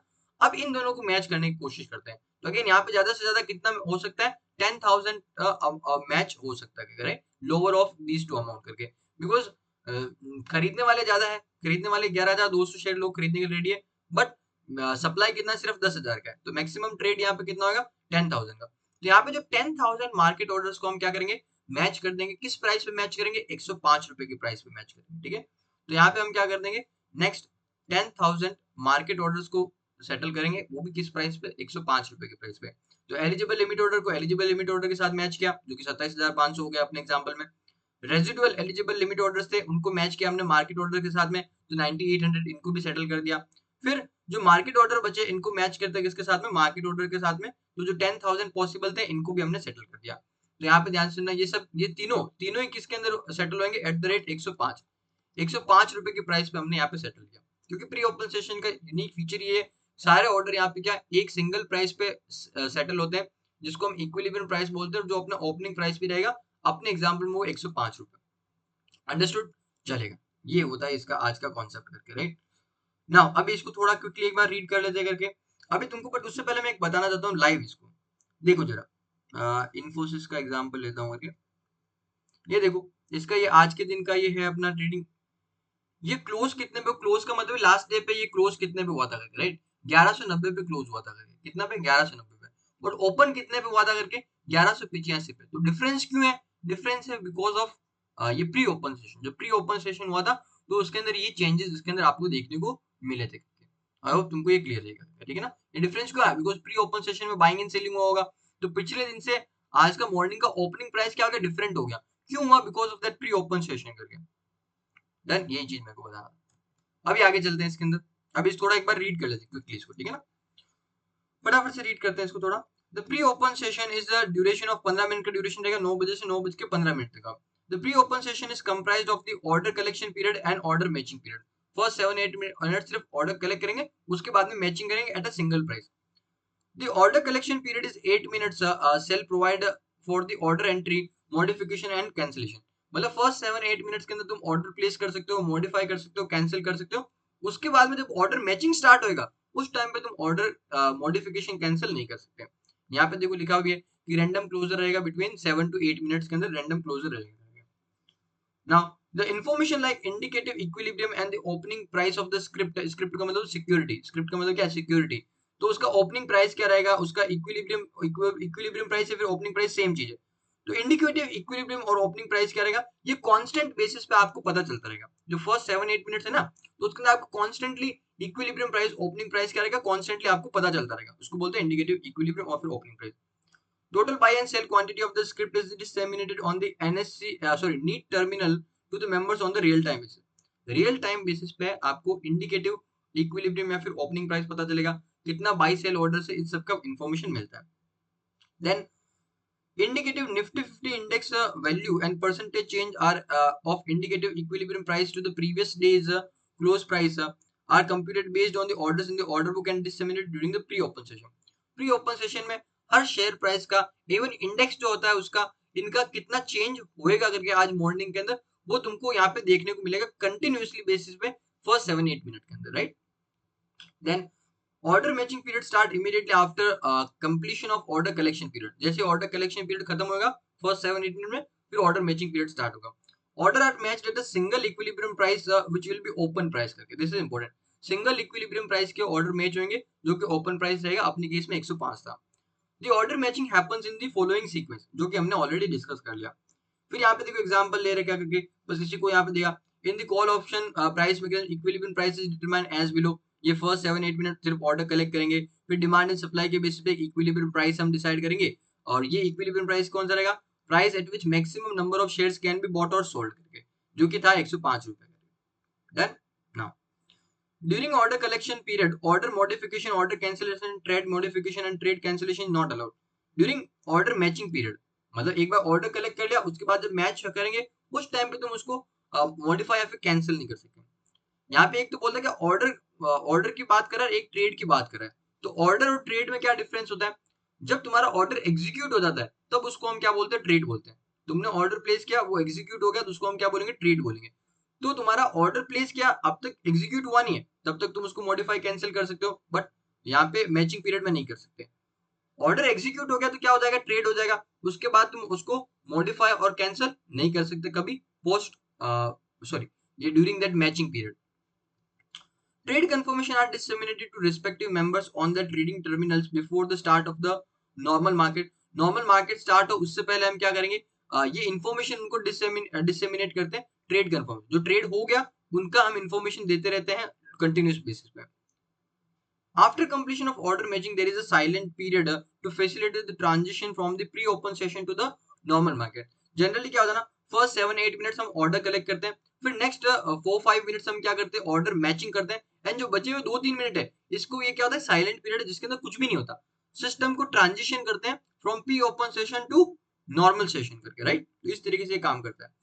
All the outstanding orders are moved to the normal market, retaining the original timestamp, and the limit orders are moved at the limit price, and the market orders are at a discovered equilibrium price. Important चीज है। क्या बोलता है? जो transaction हो गए, जो transaction settle हो गए कहाँ पे? प्री ओपन सेशन में, वो तो हो गया क्योंकि उनके अंदर प्रॉब्लम नहीं है। बट देखो वहां पे सारे के सारे ट्रांजेक्शन थोड़ी ना सेटल हुए। कुछ अपने मार्केट ऑर्डर्स बच गए थे, कुछ लिमिट ऑर्डर्स भी वहां पे बच गए थे। सारे के सारे ऑर्डर्स प्री ओपन सेशन में ट्रेडिंग में कुछ बच गए थे करके, तो उनका क्या होगा? उनको नॉर्मल मार्केट के अंदर कैरी फॉरवर्ड कर देंगे, नॉर्मल मार्केट के अंदर ट्रांसफर कर देंगे। किस प्राइस पे ट्रांसफर करेंगे? तो जो लिमिट ऑर्डर्स रहेंगे उनको तो जो लिमिट प्राइस है उसके ऊपर ट्रांसफर करेंगे। जो मार्केट ऑर्डर्स है उनको हम ट्रांसफर करेंगे किस पे? डिस्कवर्ड इक्विलिब्रियम प्राइस पे ट्रांसफर करेंगे। जो लिमिट ऑर्डर्स है उनको तो लिमिट ऑर्डर पे ट्रांसफर करेंगे, लिमिट प्राइस पे ट्रांसफर करेंगे। एंड जो मार्केट ऑर्डर्स है उनको जो अपना इक्विलिब्रियम प्राइस है, ओपनिंग प्राइस है, उसके ऊपर ट्रांसफर करेंगे। अंडरस्टूड? और ओरिजिनल टाइम स्टैम्प के साथ में, मतलब कि उन्होंने मान लो 9:06 पे ऑर्डर दिया, तो जो ऑर्डर का जो टाइम जाएगा वो 9:06 का जाएगा, क्योंकि आगे चल के क्या होता है? ये प्राइस टाइम प्रायोरिटी पे बेसिस पे अरेंज होते हैं, इसके लिए टाइम इंपॉर्टेंट है। नाउ अभी क्या देखो, अभी एक चीज ध्यान से सुनना करके, ये थोड़े कुछ हाइपोथेटिकल अभी सिनेरियोज की बात करता है, राइट ना? तो वो उसको थोड़ा इंडल्ज करते हैं, बट ज्यादा काम का नहीं है, बस सुन लेना क्या चीज बोल रहा हूँ, correct? In a situation where no equilibrium price is discovered in the pre-open session, all the market orders are moved to the normal market at the previous day's close price, or adjusted close price, or the base price following the price time priority. यदि हमने pre open session conduct किया, वहां पे कोई opening price decide ही नहीं हुआ, कुछ भी रीजन हो सकता है, मान लो किसी ने ऑर्डर प्लेस ही नहीं किया, किसी ने ऑर्डर प्लेस ही नहीं किया, तो ओपनिंग प्राइस कैसे डिसाइड होगा? करेक्ट? किसी भी रीजन से मान लो तुम्हारा ओपनिंग प्राइस डिसाइड नहीं होता है इन द प्री ओपन सेशन, उस केस में क्या रहेगा? जो प्रीवियस डे का जो क्लोजिंग प्राइस था, जो प्रीवियस डे का क्लोजिंग प्राइस था, वही आज का क्या हो जाएगा? ओपनिंग प्राइस हो जाएगा। जो प्रीवियस डे का क्लोजिंग प्राइस था, वही आपका आज के दिन का ओपनिंग प्राइस हो जाएगा, राइट? पहली चीज तो ये बोलता है। बट यदि मान लो कि प्रीवियस डे जब क्लोज हुआ था उसके बाद में कोई कॉर्पोरेट एक्शन लिया गया, कॉर्पोरेट एक्शन जैसे कि मान लो स्टॉक स्प्लिट किया गया, स्टॉक स्प्लिट किया, इसका मतलब क्या है? मान लो पहले 100 रुपए का एक शेयर था, उसको हमने 10-10 रुपए के 10 शेयर्स में कन्वर्ट कर दिया। क्या कर दिया? 10-10 रुपए के 10 शेयर्स में कन्वर्ट कर दिया। तो उस केस में प्रीवियस डे का क्लोज प्राइस क्या रहेगा? 100 रुपए। आज के दिन का ओपनिंग प्राइस क्या रहेगा? 10 रुपए। क्यों? क्योंकि हमने क्या कर दिया? इसको कन्वर्ट कर दिया, एक शेयर को 10 शेयर के अंदर कन्वर्ट कर दिया। पहले जो एक शेयर का प्राइस 100 रुपए था, आज उसको 10 शेयर्स में कन्वर्ट कर दिया, तो हर शेयर का प्राइस क्या हो गया? 10 रुपए हो गया। 10 रुपए क्या हो गया मेरा? ये हो गया एडजस्टेड क्लोज प्राइस या फिर बेस प्राइस हो गया। क्या हो गया? एडजस्टेड क्लोज प्राइस या फिर बेस प्राइस हो गया। अंडरस्टूड? तो यही चीज बोल रहे हैं यहाँ पे। Now, accordingly, normal market and odd lot market open for the trading after closure of the pre-open session. Pre-open session खत्म हुआ, उसके बाद में normal और odd lot market open होगा क्या? Block trading session is available for next 35 minutes from the open of the normal market. Important mark कर लेना। जैसे ही अपना normal market open होएगा 9:15 पे, तो 35 मिनट्स तक क्या एक अपना सेशन चलता है, कौन सा? Block trading session. इसके अंदर क्या होता है? वो बल्क डील्स, जो ब्लॉक डील्स होती है, बड़ी बड़ी डील्स होती है, वो यहाँ पे एग्जीक्यूट होती है। बड़े बड़े कॉर्पोरेट करोड़ों रुपए की डील करते हैं, वो यहाँ पे एग्जीक्यूट करेंगे करके। Now the opening price is disseminated based on the principle of demand and supply mechanism. Opening price decide होगा तुम्हारा डिमांड एंड सप्लाई बेसिस पे, ठीक है? The equilibrium price is the price at which the maximum volume is executable. हमने already discuss कर लिया। In case, अभी देखो कुछ हाइपोथेटिकल सिचुएशंस की बात कर रहा है, बस एक बार रीड करते हैं एंड उसको मूव ऑन करते हैं। In case more than one price meet the set criteria, the equilibrium price at which there is a minimum unmatched quantity order करके क्या बोलता है, दो ऐसी प्राइस है जहां पे क्या हो रहा है, मैक्सिमम ट्रेड पॉसिबल है, राइट। फॉर एग्जांपल यहाँ पे देखो, थोड़ा कुछ चेंज करते हैं सिचुएशन के अंदर। सपोज करो ये 107 वाला यहाँ पे लेते हैं, ठीक है। तो यहाँ पे हमने क्या कर दिया, 27,500 कर दिया, 9,000 को काट के कितना कर दिया, 27,500 कर दिया। सपोज करो यहाँ पे कितना टोटल डिमांड होता है, कितना, 27,500 का। तो यहाँ पे भी डिमांड 27,500, यहाँ पे भी डिमांड 27,500, तो दोनों में से लोअर अमाउंट यहाँ पे जाता, तो दोनों में से लोअर अमाउंट यहाँ पे गया, तो अभी कितना हो जाएगा, यहाँ पे भी 27,500 हो जाएगा। तो अभी क्या हो गया, दो ऐसा प्राइस अपने को मिल गया, दो ऐसी प्राइस मिल गया जहां पे क्या हो रहा है, सेम क्वांटिटी ट्रेड हो सकता है। इक्विलिब्रियम प्राइस क्या होता है, जहां पे सबसे ज्यादा क्वांटिटी ट्रेड हो सकता है। अभी क्या हो गया, दो ऐसी प्राइस अपने को मिल गया जहां पे क्या हो सकता है, सेम क्वांटिटी ट्रेड हो सकता है। यहाँ पे भी 27,500, यहाँ पे भी 27,500, तो इनमें से किस प्राइस को इक्विलिब्रियम प्राइस बोले, तो बोलता है कि जहां पे सबसे कम अनमैच्ड ऑर्डर बचे वो प्राइस ले लेंगे, राइट। तो यहाँ पे अनमैच्ड ऑर्डर बचते हैं कितने, 9800। यहाँ पे अनमैच्ड ऑर्डर कितने बचेंगे, थोड़ा यहाँ पे ज्यादा बचेंगे, तो यहाँ पे कम अनमैच्ड ऑर्डर बच रहे हैं, तो 100 प्राइस 5 को ही तुम क्या ले लेना, इक्विलिब्रियम प्राइस लेना, ठीक है। पहला सिचुएशन हाइपोथेटिकल सिचुएशन, अगेन क्या बोलता है, जहां पे दो ऐसी प्राइस मिल जाए जहां पे क्या सेम ट्रेडेबल क्वांटिटी हो, तो किसको लेंगे, जहां पे सबसे कम अनमैच्ड ऑर्डर्स बचेंगे उसको ले लेना। ठीक है, तो ये हमने हुआ। फिर नेक्स्ट इसके अंदर एक और सिचुएशन लेता है करके, in case more than one price has the same minimum order quantity unmatched, the equilibrium price is the price closest to the previous day's close price. अभी क्या बोलता है, मान लो कि ऐसा हुआ कि जो दो, पहले क्या सिचुएशन था, दो ऐसी प्राइस थी जहां पे सेम क्वांटिटी ट्रेड होना पॉसिबल था, तो हमने ले लिया कि जहां पे सबसे कम अनमैच्ड ऑर्डर बच रहे उसको हमने ले लिया। बट अभी ऐसा बोल रहा है कि ऐसा सिचुएशन है जहां पे दोनों के अंदर ही क्या हो रहा है, सेम अनमैच्ड ऑर्डर बच रहे हैं, मैक्सिमम ट्रेडेबल क्वांटिटी भी सेम है, जो क्या बोलते हैं उसको, अनमैच्ड ऑर्डर है वो भी सेम है। उस केस में क्या करेंगे, वो प्राइस लेंगे जो कि प्रीवियस डे से सबसे पास में, जो प्रीवियस डे की क्लोज प्राइस थी उससे सबसे पास में, वो प्राइस को हम क्या मानेंगे, इक्विलिब्रियम प्राइस बोलेंगे। अभी देखो इससे भी इनका मन नहीं भरा, एक और सिचुएशन लिया। क्या सिचुएशन लिया, ये देखो जरा, ठीक है। यहाँ पे यही वाला हो गया, प्रीवियस डेज क्लोज प्राइस ले लेंगे यदि क्या है, दोनों में same number of unmatched orders है। तो in case the previous day's close price is the mid value of the pair of price which are the closest to it, then the previous day's close price itself will be taken as the equilibrium price। अभी क्या बोलता है, again क्या बोलता है कि ऐसी price है, प्रीवियस डे की क्लोज प्राइस ऐसी है जो कि दोनों से इक्वली पास में है, प्रीवियस डे की क्लोज प्राइस ऐसी है जो दोनों प्राइस से क्या इक्वली पास में है, तो उस केस में क्या बोलता है भाई, जो प्रीवियस डे का क्लोज प्राइस है उसी को तुम क्या मान लेना, इक्विलिब्रियम प्राइस बोलेगा। अगेन हाइपोथेटिकल सिचुएशन, बहुत ज्यादा दिमाग लगाने की जरूरत नहीं है, बट स्टिल एक्सप्लेन कर रहा हूँ बिकॉज बच्चों को कंफ्यूजन होता है इसमें। In case of the corporate action, the previous day's close price is adjusted to the closing price or the base price। corporate action होता है जैसे स्टॉक स्प्लिट वाला, तो प्रीवियस डे का जो प्राइस रहेगा वो आज एडजस्ट हो जाएगा। both limit and the market orders are reckoned for the computation of the equilibrium price। जब इक्विलिब्रियम प्राइस हम कंप्यूट करते हैं तो market orders and limit orders दोनों को हम कंसीडर करते हैं, ठीक है। हमने उसके अंदर कंसीडर किया भी था। The equilibrium price determined in the pre-open session is considered as the open price of the day in case if the market order only in case in case if only market order exists both in the buy and the sell side, then the order is matched at the previous day's close price or the adjusted close or the base price। क्या बोलता है, दोनों side के अंदर, by side में भी sell side में भी लिमिट ऑर्डर्स है ही नहीं, सिर्फ और सिर्फ क्या है, मार्केट ऑर्डर्स एग्जिस्ट करते हैं, सिर्फ और सिर्फ क्या है, मार्केट ऑर्डर्स एग्जिस्ट करते हैं। उस केस में क्या इक्विलिब्रियम प्राइस रहेगा, तो जो प्रीवियस डे का क्लोज प्राइस रहेगा वो तुम्हारा इक्विलिब्रियम प्राइस हो जाएगा। प्रीवियस डेज क्लोज प्राइस और एडजस्टेड प्राइस और base price is the opening price, ये हो जाएगा उस केस में। In case if no price is discovered in the pre open session, the price of the first trade in the normal market is the open price. अभी ये क्या situation बोलता है, मान लो प्री ओपन के अंदर कोई प्राइस डिसाइड ही नहीं होता, तो उस केस में क्या होगा कि जो अपना नॉर्मल मार्केट के अंदर जब 9:15 पे स्टार्ट होगा, तो वहां पे जो फर्स्ट ट्रेड होगा वो क्या हो जाएगा, अपना ओपनिंग प्राइस हो जाएगा। नॉर्मल मार्केट में जो फर्स्ट ट्रेड रहेगा वो क्या हो जाएगा, अपना ओपनिंग प्राइस हो जाएगा। आई होप तुमको ये टॉपिक समझा होगा, बहुत ही हाई कंसेप्चुअल था, कुछ चीजें फालतू भी थी, बट हमने दोनों को अच्छे से समझा करके, राइट। प्री ओपन सेशन का तुमको रियलिटी बताऊं तो क्या होता है, वैसे तो प्रैक्टिकली बहुत इंपॉर्टेंट कंसेप्ट है। जब किसी सिक्योरिटी में बहुत ऐसा कोई बड़ा न्यूज आता है तो उसके अंदर प्री ओपन सेशन काफी एक्टिव रहता है। बट यदि कोई बहुत बड़ा न्यूज नहीं आया तो उस केस में सिक्योरिटी के अंदर बहुत ज्यादा buying and selling pre open session में नहीं होता है। Less than 0.5 maximum 1% total day का buying and selling pre open session में होता है, इससे ज्यादा नहीं होता। ज्यादातर वो भी कब, जब कोई ऐसा न्यूज आएगा, राइट? न्यूज नहीं आया तो कुछ ऐसा खास बाइंग एंड सेलिंग नहीं होता प्री ओपन सेशन में। दूसरी चीज, थोड़ा प्रैक्टिकल नॉलेज दे रहा हूँ। दूसरी चीज क्या होता है यहाँ पे, जितने भी ऑर्डर्स हम प्लेस करते हैं प्री ओपन सेशन के अंदर, ज्यादातर ऑर्डर्स वहां पे ट्रेड नहीं होते, क्योंकि यहाँ पे क्या एक सिंगल प्राइस सेलेक्ट करते हैं और उस पर जो ऑर्डर्स ट्रेड होना पॉसिबल है उनको कर देते हैं। तो जो बाकी ऑर्डर्स है उनका क्या होगा, जो डिफरेंट प्राइस पे थे वो ट्रेड ही नहीं होंगे, वो नॉर्मल मार्केट में ट्रांसफर कर दी जाती है, right? That is the like to big realities जो तुमको पता होना चाहिए। थर्ड चीज, ये तुम्हारा क्या मार्केट ऑर्डर्स के ऊपर बहुत ज्यादा फोकस करता है। लिमिट ऑर्डर्स तो बहुत सारे रहते हैं, that is true, but market orders इतने ज्यादा देखने को नहीं मिलते, बिकॉज मार्केट ऑर्डर एसेंशियली क्या बोलता है, कोई भी प्राइस पे तुम मेरा शेयर या तो बाय करो या फिर सेल करो, वो उसको चलता है। जबकि इन्वेस्टर लोग ऐसा करते नहीं है, कोई भी प्राइस उनको नहीं चलता, वो एग्जैक्ट प्राइस बताते हैं। तो मार्केट ऑर्डर इतने ज्यादा अवेलेबल नहीं होते जितने कि तुम्हारे बुक के अंदर बताया गया है, राइट? नहीं।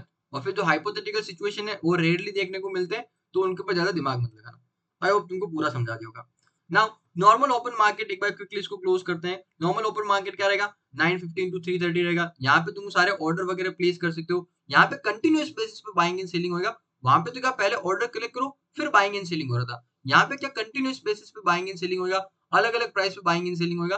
प्राइस कॉन्स्टेंटली चेंज होता रहता है, राइट? यहाँ पे तुम क्या कर सकते हो, इंक्वायरी कर सकते हो। इंक्वायरी मतलब चीजों को डिटेल में देख सकते हो, ऑर्डर लगा सकते हो, ऑर्डर मॉडिफाई कैंसिल कर सकते हो, ये सारी चीजें कर सकते हो। ऑर्डर मैचिंग, ट्रेड कैंसिलेशन, ये सब काम तुम कर सकते हो। नेक्स्ट, मार्केट क्लोज करेगा 3:30 पे, तुम्हारा मार्केट क्लोज हो जाएगा और इसका मैसेज सबको भेज देता था कि भैया मार्केट क्लोज हो गया, राइट ना? मार्केट क्लोज होने के बाद में सिर्फ और सिर्फ तुम इंक्वायरी कर सकते हो। इंक्वायरी मतलब डिटेल्स देखना सिक्योरिटी का, वो तुम देख सकते हो। ट्रेड कैंसिलेशन भी कर सकते हो। ट्रेड कैंसिलेशन का मतलब क्या, ऑर्डर प्लेस किया, ऑर्डर एग्जीक्यूट हो गया तो वो क्या हो जाएगा, ट्रेड हो जाएगा, उसको भी तुम कैंसिल कर सकते हो। बट ये सिर्फ और सिर्फ एक्सेप्शनल सिचुएशंस के अंदर होता है, नॉर्मली ट्रेड कैंसिल करना अलाउड नहीं होता। सिर्फ एक्सेप्शनल सिचुएशन में ट्रेड कैंसिल कर सकते हो, ठीक है? ओके। फिर तुम्हारा पोस्ट क्लोज सेशन ये 3:42 क्या चलता है, 4 चलता है। तुम बोलोगे 3:30 टू 4, सॉरी 3:30 टू 3:40 जो 10 मिनट का टाइम, उसमें क्या होता है? उसमें कुछ नहीं होता, बस मार्केट थोड़ा रीसेट होता है और कुछ नहीं होता।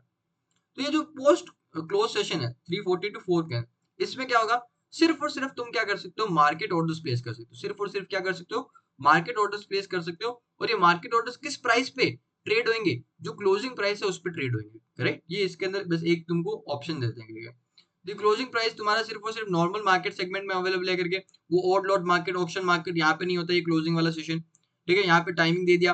फिर यहाँ पे सिर्फ और सिर्फ क्या मार्केट प्राइस ऑर्डर्स अलाउड रहेंगे। स्पेशल टर्म्स, ये स्टॉप लॉस, डिस्क्लोज क्वांटिटी वाला, ये इंडेक्स ऑर्डर्स, ये तुमको अलाउड नहीं होते हैं। इंडेक्स ऑर्डर क्या होता है, जहाँ पे तुम इंडेक्स के अंदर जितनी भी सिक्योरिटीज है सबको बाय करना चाहते हो, उनको इंडेक्स ऑर्डर बोलते हैं।